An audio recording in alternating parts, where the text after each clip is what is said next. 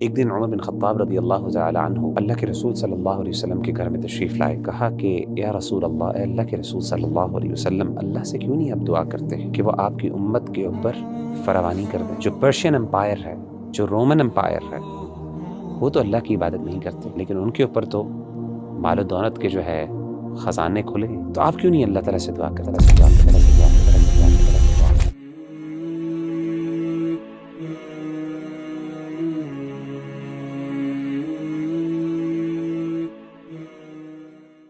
وغیرہ بھائی، نوجوان جو ہیں آج کل کے، ان کے ذہن میں ایک بات آتی ہے کہ اگر یہ دین کی طرف آ جائیں گے تو ان کی ساری مشکلات حل ہو جائیں گی. اور نارملی اوبیسلی دین میں ہمیں اس چیز کا درس دیتا ہے.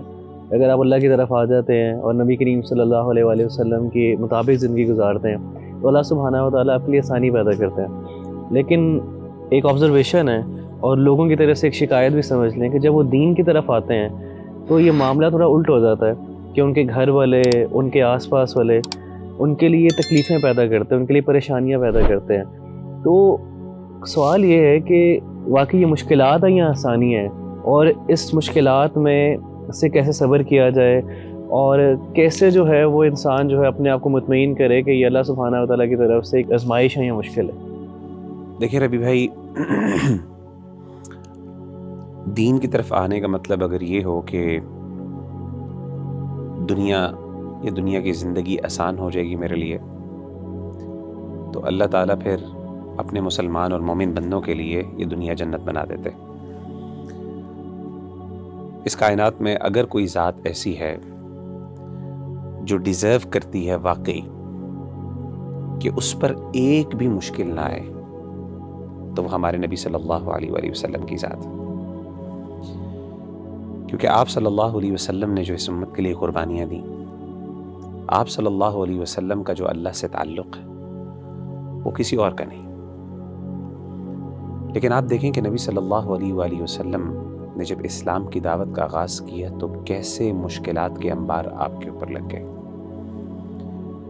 یعنی کوئی سال ایسا نہیں تھا، کوئی میں سمجھتا ہوں دن ایسا نہیں تھا جس میں آپ کے لیے مشکلات، چیلنجز اور پرابلمز نہیں تھیں.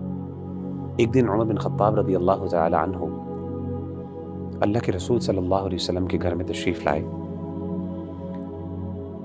اور آپ کہتے ہیں کہ میں نے دیکھا گھر کے اندر سوائے 3 چمڑے کی چادروں کے اور کچھ نہیں تھا. سبحان اللہ. 3 لیدر شیٹس تھیں بس، اور کچھ بھی نہیں تھا. اور آپ صلی اللہ علیہ وسلم ٹیک لگائے ہوئے تھے تکیے پر، اور اس کا نشان آپ صلی اللہ علیہ وسلم کے جسم مبارک کے اوپر نظر آ رہا تھا. یہ تکیہ بھی کوئی کمفرٹیبل نہیں تھا. تو آپ صلی اللہ علیہ وسلم کی اس جب حالت دیکھی حضرت عمر بن خطاب نے، تو آپ اس کیفیت کو برداشت نہ کر سکے اور کہا کہ یا رسول اللہ، اے اللہ کے رسول صلی اللہ علیہ وسلم، ادعو اللہ، اللہ سے کیوں نہیں آپ دعا کرتے ہیں فلیوسع علی امتک، کہ وہ آپ کی امت کے اوپر فراوانی کر دیں. فإن فارس والروم لا يعبدون اللہ، جو پرشین امپائر ہے، جو رومن امپائر ہے، وہ تو اللہ کی عبادت نہیں کرتے. ولیکن قد وسع علیہم، لیکن ان کے اوپر تو مال و دولت کے جو ہے خزانے کھلے ہیں. تو آپ کیوں نہیں اللہ تعالیٰ سے دعا کرتے؟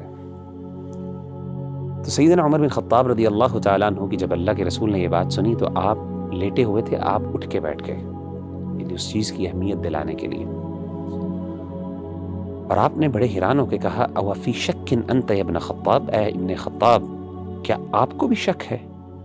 یعنی میں آپ سے تو یہ چیز ایکسپیکٹ نہیں کر رہا تھا. اولئک قوم عجلت لهم طیباتهم فی حیات الدنیا، آپ نے فرمایا یہ وہ قوم ہے جس نے اگر دنیا کے اندر کوئی خیر کا کام کیا ہے تو اس کی جزا ان کو دنیا میں ہی مل گئی، ان کے لیے دنیا میں ان کی جزا جلدی کر دی گئی. لیکن ہم مسلمان، یہ جو اللہ تعالیٰ کا بندہ، یہ مومن ہے، اس کی کوششوں کو کبھی بھی اللہ تعالیٰ دنیا کے اندر چھوٹا ریوارڈ دے کے ختم نہیں کرتے.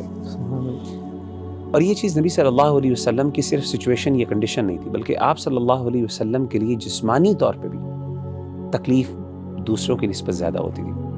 سیدنا عبداللہ بن مسعود رضی اللہ تعالیٰ عنہ فرماتے ہیں، ذکر کرتے ہیں کہ جب اللہ کے رسول صلی اللہ علیہ وسلم اپنی آخری بیماری میں تھے اور آپ دنیا سے رخصت ہوئے تو آپ کہتے ہیں کہ میں آپ صلی اللہ علیہ وسلم کے پاس گیا آپ کی عیادت کرنے کے لیے، تو میں نے آپ کی تکلیف کو دیکھا، مجھے بڑی تکلیف ہوئی اس کی، اور مجھ سے رہا نہیں گیا، اور میں نے کہا کہ یا رسول اللہ انک لتوعک وعکا شدیدا، کہ اللہ کے رسول صلی اللہ علیہ وسلم آپ کو تو اتنا سخت بخار ہے، مطلب میں نے کبھی اتنا سخت بخار دیکھا نہیں۔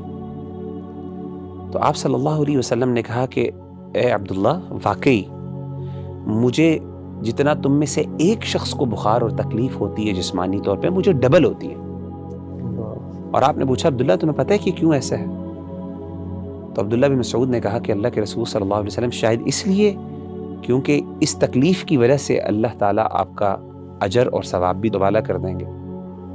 تو آپ نے کہا ایسی بات ہے، اور آپ نے فرمایا کہ جب ایک مومن پر کوئی تکلیف آتی ہے تو اللہ نہ صرف اس کے گناہوں کو معاف کرتے ہیں بلکہ اللہ تعالیٰ اس کے درجات بھی بلند کر دیتے ہیں۔ تو اپنا بندہ جو اللہ کا ہے، بعض اوقات میں سمجھتا ہوں بعض اوقات اس کے لیے دین میں آنے کے بعد مشکلات زیادہ بڑھ جاتی ہیں، اور یہ اللہ کی محبت کی نشانی اور دلیل ہے۔ کیوں؟ ایز لانگ ایز وہ دین پہ قائم رہے۔ ہاں، اگر وہ دین سے دور ہو جاتا ہے تو پھر ممکن ہے کہ وہ اللہ کی طرف سے سزا بھی ہو، لیکن اگر وہ دین پہ قائم ہے، اپنے رب کو راضی کرنے کی جستجو اور کوشش کر رہا ہے، اور اس کے لیے مشکلات پیدا ہو رہی ہیں، یہ تو انبیاء کی سنت ہے، یہی تو انبیاء کا کام تھا۔ قرآن مجید میں اللہ تعالیٰ کیا کہتے ہیں؟ وَتَوَاصَوْا بِالْحَقِّ وَتَوَاصَوْا بِالصَّبْرِ، جب آپ حق پہ چلیں گے، اس کی تلقین کریں گے، تو اس کے ساتھ صبر تو کرنا پڑے گا۔ تو میں سمجھتا ہوں کہ یہ اللہ تعالیٰ کی طرف سے حکمت ہے، اور کئی دفعہ یہ اللہ کی طرف سے انعام ہوتا ہے۔ انسان کو چاہیے کہ وہ اس پہ صبر کرے، جب وہ صبر کرے گا تو اس کے لیے خیر ہی خیر ہوگی۔ اللہ تعالیٰ ہم سب کو عمل کرنے کی توفیق عطا فرمائے۔